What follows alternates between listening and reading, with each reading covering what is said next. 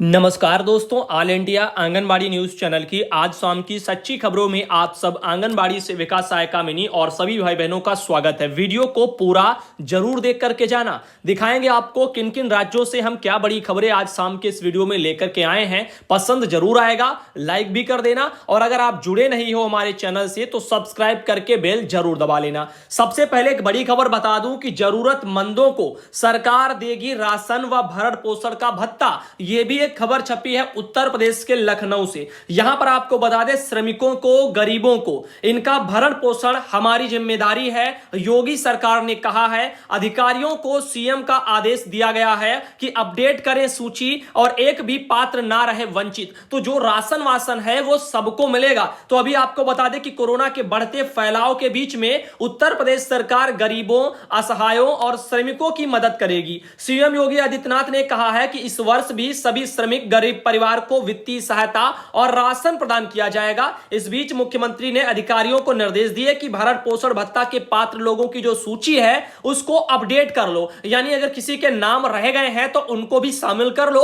हर किसी को इसका लाभ मिलना चाहिए। राशन वितरण कार्य की व्यवस्था की समीक्षा भी कर ली जाए, ऐसा भी बोला गया। तो फिलहाल के लिए आप यहां पर देख लीजिएगा, यहां पर बोला गया है कि उत्तर प्रदेश पहला राज्य था जिसने श्रमिक, स्ट्रीट वगैरह वेंडरों, रिक्शा चालकों, कुलियों, पल्लेदारों आदि को भरण पोषण भत्ता ऑनलाइन उपलब्ध करवाया था। इसके बारे में सब लिखा हुआ है, लेकिन एक बात यहां पर फीकी रह जाती है, जो कि आंगनबाड़ी बहनों के उनका जो है हक का पैसा, उनका मानदेय और उनका अन्य अन्य ड्यूटी में जो है वो जो पैसा रह जाता। जैसे कोविड-19 संक्रमण काल में सरकार ने जो कहा था कोरोना भत्ता देने का वादा किया, वो भी सरकार ने नहीं दिया। अब इससे भी बढ़कर के एक जरूरी चीज रह जाती है आंगनबाड़ी बहनों की सुरक्षा को लेकर के, आंगनबाड़ी और आशा सभी बहनों की सुरक्षा को लेकर के, और भी जो कर्मचारी हैं उन सबकी सुरक्षा से जुड़ा हुआ मैटर है। पीपी किट वगैरह, ग्लव, सैनिटाइजर, मास्क, ये चीजें जरूरी हैं। वो जो है यहां पर सुरक्षा किट मिलनी चाहिए थी, वो बहनों को ना दे करके और काम करवाए जा रहे हैं। सर्वे जैसे कामों में बहनों को लगाया जा रहा है, जो कि सरकार की एक बड़ी कमी यहां को जो है यहां पर दर्शाता है। अब मुख्यमंत्री यहां पर सख्त हो गए हैं। संक्रमित को भर्ती ना करने पर महामारी एक्ट में दर्ज होगा मुकदमा। और यहां पर आपको बता दें, यह बोला गया कि जो भी अस्पताल वाले हैं मरीजों को भर्ती करने में अगर आनाकानी कर रहे हैं तो मुख्यमंत्री योगी आदित्यनाथ ने उनके लिए सख्त कदम उठाए हैं। महामारी एक्ट के तहत केस उन पर दर्ज कर दिया जाएगा। मुख्यमंत्री ने कहा है कि डीएम और सीएमओ इनके स्तर से भेजे जा रहे संक्रमितों को हर हाल में अस्पताल में भर्ती कराया जाए। कितनी गंदी बात है, मैं आपको बता दूं क्यों। क्योंकि यहां पर अगर डीएम और सीएमओ ही जो है भेजेंगे तो क्या उन्हीं को केवल भर्ती कराया जाएगा? आम आदमी नहीं जा पाएगा। हर किसी की पहुंच डीएम और सीएमओ के पास तक नहीं होती है कि वो कह दे तो अब भी भर्ती हो और तभी उनको इलाज मिले, उन्हीं को भर्ती किया जाए। तो कहीं ना कहीं आम आदमी क्या करेगा?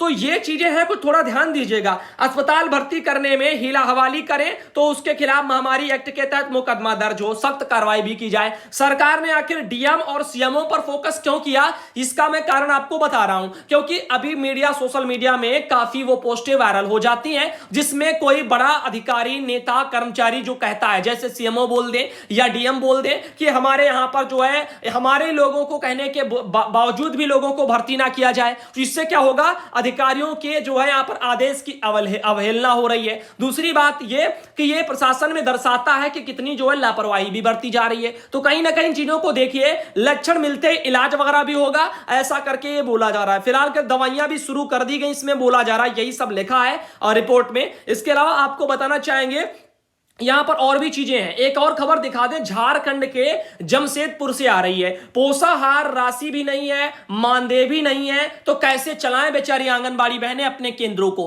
और वैसे भी कोरोना बढ़ रहा है, ऊपर से झारखंड में आंगनबाड़ी केंद्रों को सरकार वहां पर खोल के रखे हुई है और कहती है कि यहां पर बच्चों को अपना खाना वाना वो आएंगे और खाएंगे। आप जानते हैं कि आंगनबाड़ी केंद्रों में पर्याप्त जगह नहीं होती है, बच्चों को सोशल डिस्टेंसिंग के साथ में बिठाया भी नहीं जा सकता।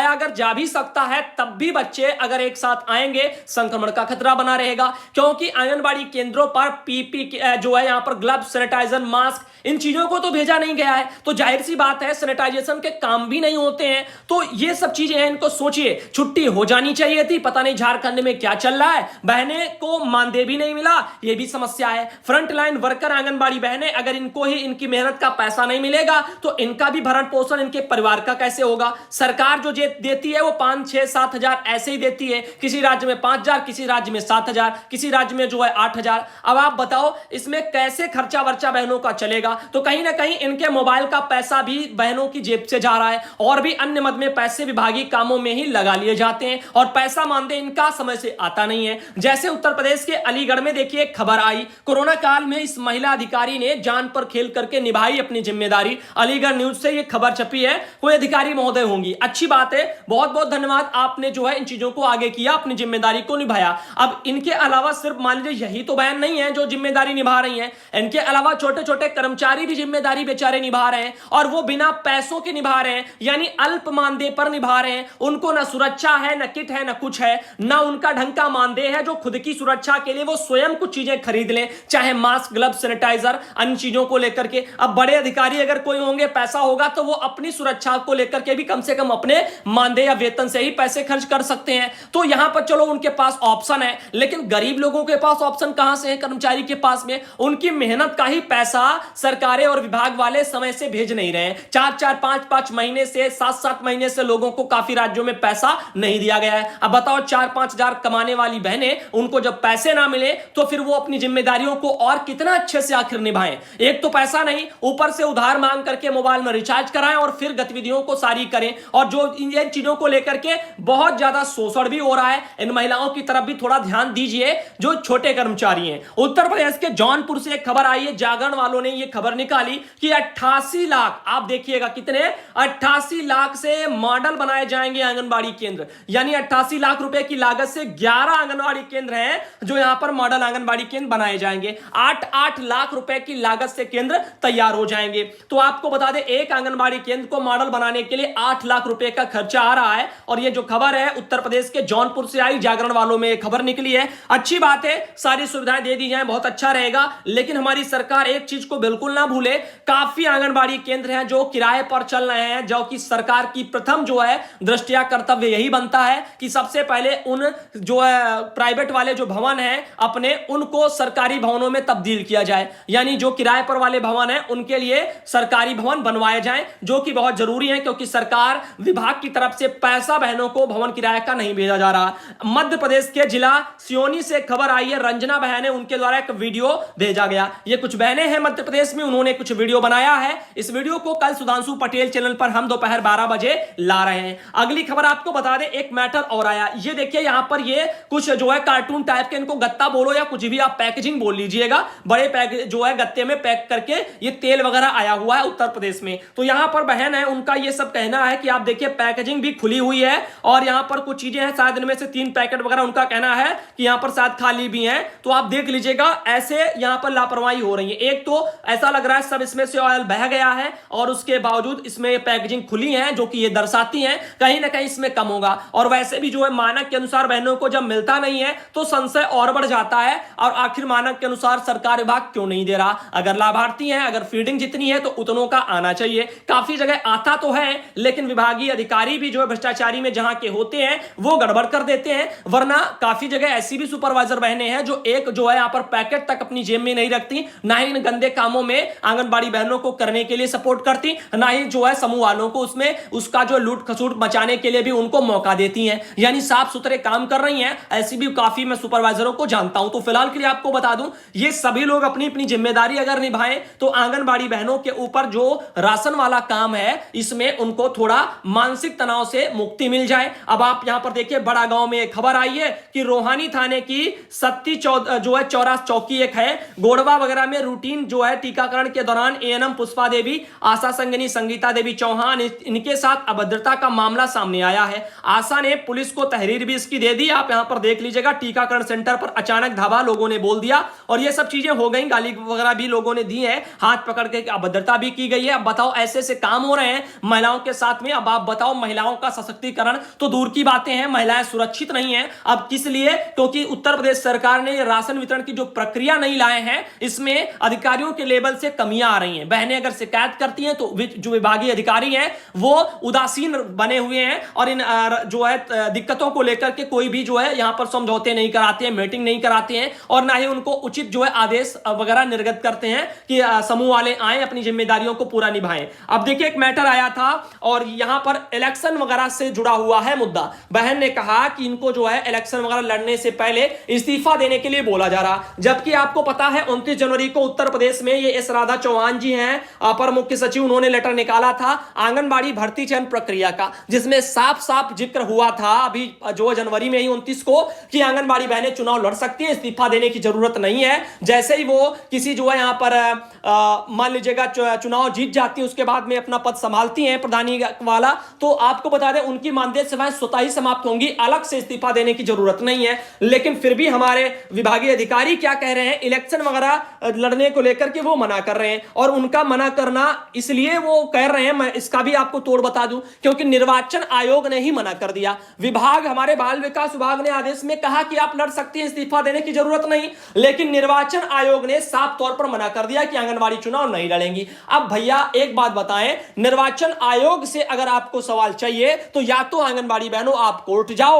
या निर्वाचन आयोग से अपने सवाल करिए। ये आपको एक जो है हम राह दिखा रहे हैं, कोर्ट जाकर के भी इन मैटरों को लेकर के आप हस्तक्षेप कर सकती हैं, निर्वाचन आयोग वगैरह इस पर जवाब दे कि आखिर क्यों आंगनबाड़ी बहनें चुनाव नहीं लड़ सकती हैं, क्योंकि यहां पर कोई लाभ के पद पर तो आंगनबाड़ी बहनें हैं नहीं, मानदेय सेवाएं हैं। सरकार को अभी जो एक रिट वगैरह डाली गई थी, सॉरी आरटीआई लगाई गई थी, सरकार से पूछा गया था, सुनील कुमार भाई जी ने ही पूछा था, उसको मैंने दिखाया था, उसमें सरकार के स्तर से क्या जवाब आया। उन सभी आदेशों को आप लगाइए और कोर्ट में जाइए, अच्छे तरीके से आप लड़िए तो निश्चित रूप से जीत तो मिलना तय है। लेकिन अब इन चीजों को लेकर के पैसे का भी खर्च होगा, तो पैसे को लेकर के कोई आगे बढ़ने से रहा है। बाकी चीजें तो समय समय पर दिखाई गई, जागरूकता तो चरम पर है, लेकिन हमारे जो विभागीय लोग हैं या हमारे जो यहां पर निर्वाचन आयोग वाले हैं, वो सब आंगनबाड़ी बहनों को शायद समाज में आगे उठना देखना नहीं चाहते, जो भी एक्सवाइजेड मैटर है। वरना बाल विकास विभाग ने तो आदेश में निकाला, अब बताओ एक तरफ आदेश बनते हैं उन्हीं का, दूसरी तरफ उल्लंघन होता रहता है। अब आगे देखिए यहां पर 17/4/2021 को एक लेटर निकला।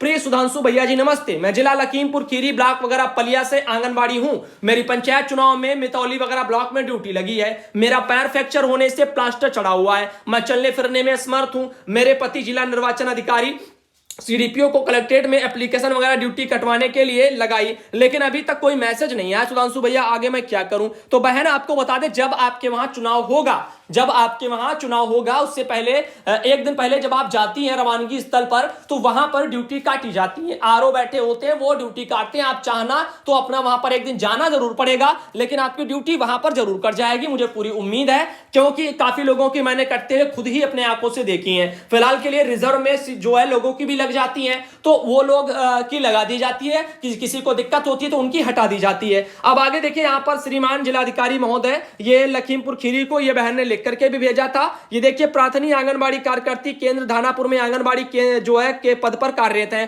प्राथमिक ड्यूटी दिनांक 18/4/2021 को समय 9 बजे सुबह को मितौली लखीमपुर खीरी नियुक्त किया। प्राथमिक का पैर फ्रैक्चर वगैरह यानी टूट गया है और प्राथमिक के पैर में प्लास्टर लगा हुआ है, जो इलाज दिनांक 17/3/2021 से चल रहा है। तो यहां पर देखिए प्राथमिक चलने फिरने में असमर्थ है, प्राथमिक अपनी ड्यूटी कटवाना चाहती है। बताओ, ये कोई आज नया नया तो प्लास्टर है नहीं जो बहन अब बेचारी कह दें कि जो है विभाग बोले या लोग बोले कि जो है झूठ फरेब है। तो यहां पर उनका मार्च से चढ़ा है, 17 मार्च को प्लास्टर चढ़ा था। अब बताओ तब से यहां पर अब कैसे ये ड्यूटी करेंगी? तो कहीं ना कहीं ये हमारे जो अधिकारी लोग हैं जिन्होंने ड्यूटी लगाई है, बड़े बड़े अधिकारी की मैं बात कर रहा हूं, जैसे उप मजिस्ट्रेट वगैरह की, एसडीएम वगैरह की, जिनके स्तर से ये कमियां निकल के आई कि आखिर लोगों को अगर समस्याएं हैं तो उनकी ड्यूटी कटनी चाहिए। आप इन चीजों को लेकर के, लेकिन किसको कितनी मदद दी जा रही है, कितनों की समस्याओं का समाधान हो रहा है अधिकारियों के लेवल से, ये तो उत्तर प्रदेश सरकार अपना देखे। अब आगे देखिए भाई साहब, हम निर्मला उत्तर प्रदेश से हैं। मेरी समस्या है कि हम एक बार खाता चेक की तो आसानी से बैलेंस चेक हो गया, लेकिन दोबारा करने पर मोबाइल रजिस्टर्ड नंबर मांग रहा है। तो फिलहाल के लिए ये समस्या तो हमने भी पहले बता रखी है और इसका भी समाधान कोई भी नहीं है।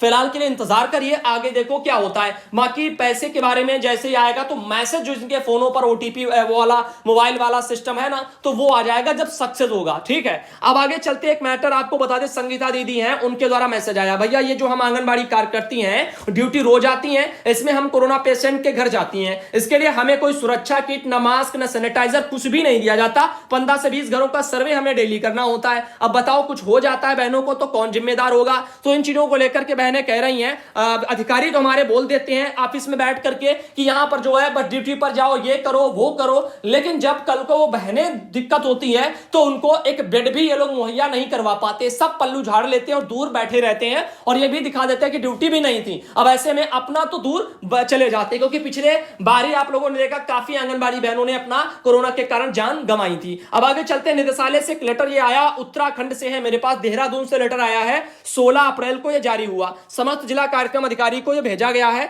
और मुख्यमंत्री जो है महालक्ष्मी किट योजना है, क्या है, उत्तराखंड में मुख्यमंत्री महालक्ष्मी किट योजना है। इसके अंतर्गत प्रथम और द्वितीय प्रसव वाली जो गर्भवती महिला हैं उनकी सर्वे अनुसार सूचना मांगी गई है। तो इसमें आप देख लीजिएगा, इस प्रारूप पर सूचना मांगी गई है और 20 अप्रैल को प्रातः 11 बजे तक अनिवार्य रूप से मांगी गई है, जिसमें क्रम संख्या, जनपद का नाम, परियोजना का नाम, सर्वे अनुसार प्रथम प्रसव वाली गर्भवती महिलाओं की संख्या 1 अप्रैल वगैरह 2021 से मांगी गई है। अब सर्वे अनुसार द्वितीय प्रसव वाली गर्भवती महिलाओं की संख्या 1 अप्रैल 2021 से ये मांगी गई है। ऐसे करके देखो मांगी गई है कहां, उत्तराखंड में, अन्य किसी स्टेट में नहीं, उत्तराखंड में। अब आगे चलते हैं, एक मैटर आपको बता दें, ये सुमन दीदी हैं उत्तराखंड से, उनके द्वारा ये मैसेज मुझे आए थे। इनके द्वारा एक ये मेरे आप देख सकते हो लिखा है, न्याय पंचायत स्तर पर जो है सदस्य ग्राम पंचायत का 2 दिवसीय प्रशिक्षण का रोस्टर ये जारी हो गया है। तो ये प्रशिक्षण को लेकर के बातें आई हैं और इसके अलावा आगे चलते हैं और बताते हैं। एक मैसेज और आया, गीता त्रिपाठी बहन है महाराजगंज से, उन्होंने कहा कि भैया चुनाव में उनका ड्यूटी लगा हुआ था,